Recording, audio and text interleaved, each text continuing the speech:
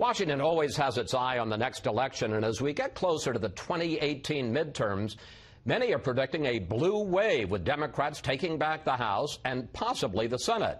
Joining us now, New York Congressman Joe Crowley, chair of the House Democratic Caucus, and the subject of growing chatter among Democrats as a possible replacement for Nancy Pelosi after the election. He's not going to like me saying that. Congressman, welcome back to Fox News Sunday. Thanks, Chris. Good to be with you. You just heard Larry Kudlow. What do you think of his arguments for potentially using tariffs against China? And if not that, how do you propose we stop their unfair trading practices? Well, Chris, I'm also a member of the Ways and Means Committee, and so I do recognize that there's a role for tariffs in our economy. But I think what really has been created here is a great deal more chaos. People really don't know what the president's plan or what Mr. Kudlow's plan is as it relates to China and the trade war that has now begun, or at least the initial start of that has begun. And I think that's left a lot of Americans with uncertainty about what this means for them. What should they do? If you're not going to use tariffs, how do you stop the unfair trade practices, the theft of intellectual property? Well, first of all, let me just say for the record that when it came to the issue of China, I did not vote for normal trade with China. I believe that they were not economically nor politically mature enough to be dealing with this on the same par. And having said that, I think that's panned out to be true. But I do think we have to do this in a much more calculated way and with more of a plan. Let's have an understanding of what the ultimate goal is here. Is the goal to raise the price of products here in the United States or to lower the price of agricultural products here in the United States? What is the overall goal here? Because that's what some of the effect may very well be if China retaliates in this war. And where's it ultimately going? That's what we don't understand about this. Donald Trump won the presidency because he convinced a lot of voters, including a lot of Democratic voters in the industrial heartland, that he had a better idea for how to build the economy, how to get them jobs than Hillary Clinton did. Now Democrats are going into the 2018 midterms with what they call a better deal. Here is Nancy Pelosi on that. Democrats are offering a better deal, better jobs, better wages, a better future. A better deal is founded on strong values that we share, strong values fueled by fresh ideas. Forgive me, Congressman, but that sounds like standard Democratic boilerplate. So give me one fresh idea that Democrats are offering voters for November. Fresh idea? First of all, Chris, Donald Trump did not win by a lot of Democratic votes in the Midwest. It was fractions of a vote that actually are responsible for being president of the United States today.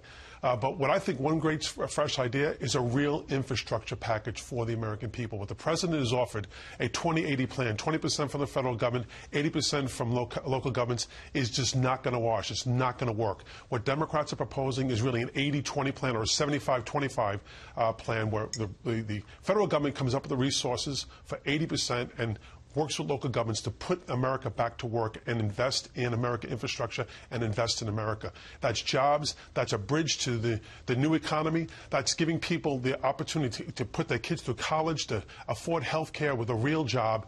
That's the kind of message that Democrats are talking about. But let's look at the Trump record on the economy, which obviously you agree is going to be the key issue in November.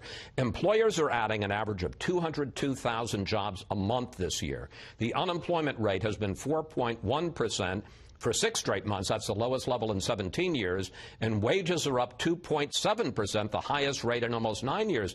Congressman, a solid majority of Americans, according to the polls, feel good about the Trump economy. Show me how in any of those statistics they differed from any month that President Obama was president of the United States. Well, I just said that the 4.1% is the lowest level in 17 years. It had been moving on a downward trend. But it wasn't 4.1%. Wage growth wasn't up. Where was it when President Bush left office?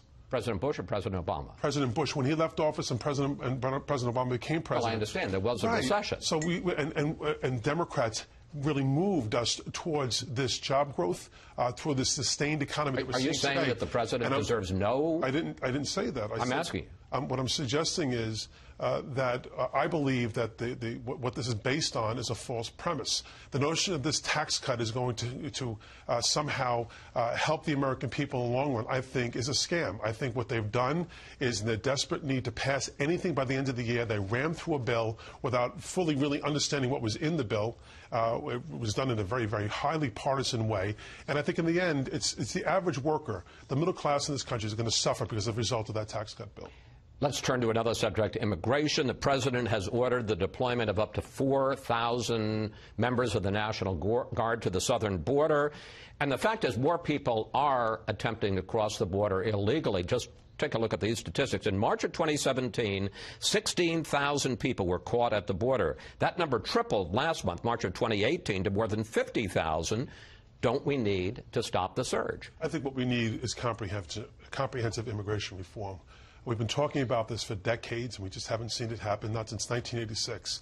What I think is interesting, go back to 1986, where you saw comprehensive immigration reform and comprehensive tax reform done in a bipartisan way. And why it was long-lasting is because it was done both Democrats and Republicans coming together. Here we have a very partisan approach to this. The president talks about building a wall, that Mexico was going to pay for it. Now he's putting troops down at the border, a very provocative move. But at the same time, it's not really solving the problem. But wait, you say it's a very provocative move. Barack Obama put 1,800 troops at the border. It was to some degree provocative, but not in the same breath that this president has done. With the verbiage and the language that our president has used towards immigrants in this nation is really, it's abhorrent to me. Quite frankly, it's not representative of who we are as a nation. So this president making this move is different from any other president doing it, quite frankly. Let's turn to the midterms. President Trump says that your party is vulnerable in November. Here he is. Democrats haven't learned. They still think the loyal citizens who care about jobs and borders and security are deplorable. How confident are you that Democrats will win in November and take back control of the House? We're a long way from November. Let's be clear about that. But I'm confident that the American people want to bring balance back to the United States government. What they see right now is Republicans in charge of the presidency, the Senate, the House, and some would argue the Supreme Court. Every branch of government seems to be controlled in some way or facet by Republicans. But I mean, forgive me, that was what voters decided. Well, look, they have an opportunity here to change course and correction. That's the beauty of our democracy. The House Representatives, every member of the House Representatives is up for election this year, and a third of the Senate.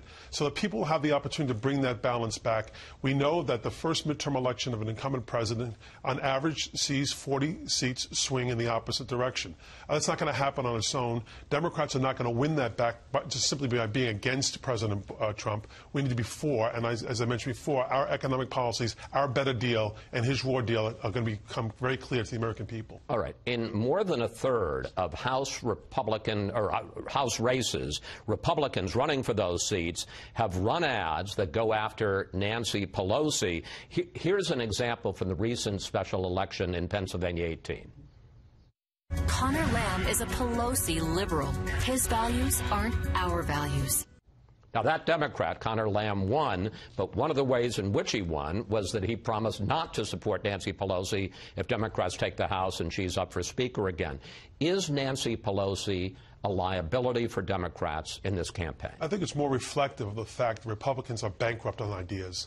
They don't have anything else to offer except to go after Nancy Pelosi to win elections. If they think that's a winning strategy, they're completely mistaken and wrong. It's not the winning strategy. I mean, forgive me, but Connor Lamb apparently thought it was an issue because he dumped Nancy Pelosi. Connor Lamb won because he ran a local election. He talked about the cuts that the Republicans were attempting to make and to privatize Social Security. He talked about what effect the federal government has on local politics, on people's lives, and that's why he won that election, not because of Nancy Pelosi. If Democrats win the House in November, will you run either to replace Nancy Pelosi if she steps down or against her if she doesn't? Well, on the first portion of that, I would wait and see just what would happen in terms of that if Nancy Pelosi decided not to run.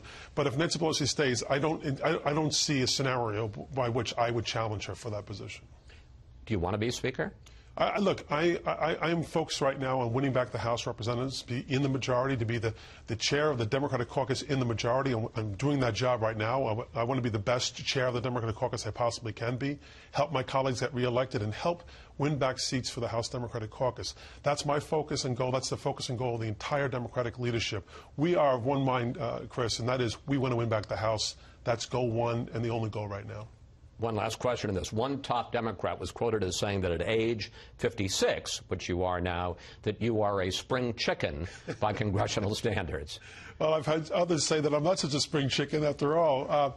Look, at the end of the day, we have a very vibrant Democratic caucus. We have some incredibly talented young people. I think of people who are running today like Mikey Sherrill. She was a Navy grad. She's running for office in New Jersey. I think of Joe Neguse, who's running in Colorado. I think of Brendan Kelly. Some great people who are running all around this country. And we're going to be becoming more vibrant as a Democratic caucus. So I think we have nothing to look forward to but good days ahead of us. Congressman Crowley, thank you. Thanks for coming in today. Please come back, sir. I'm happy to come back. Thank you.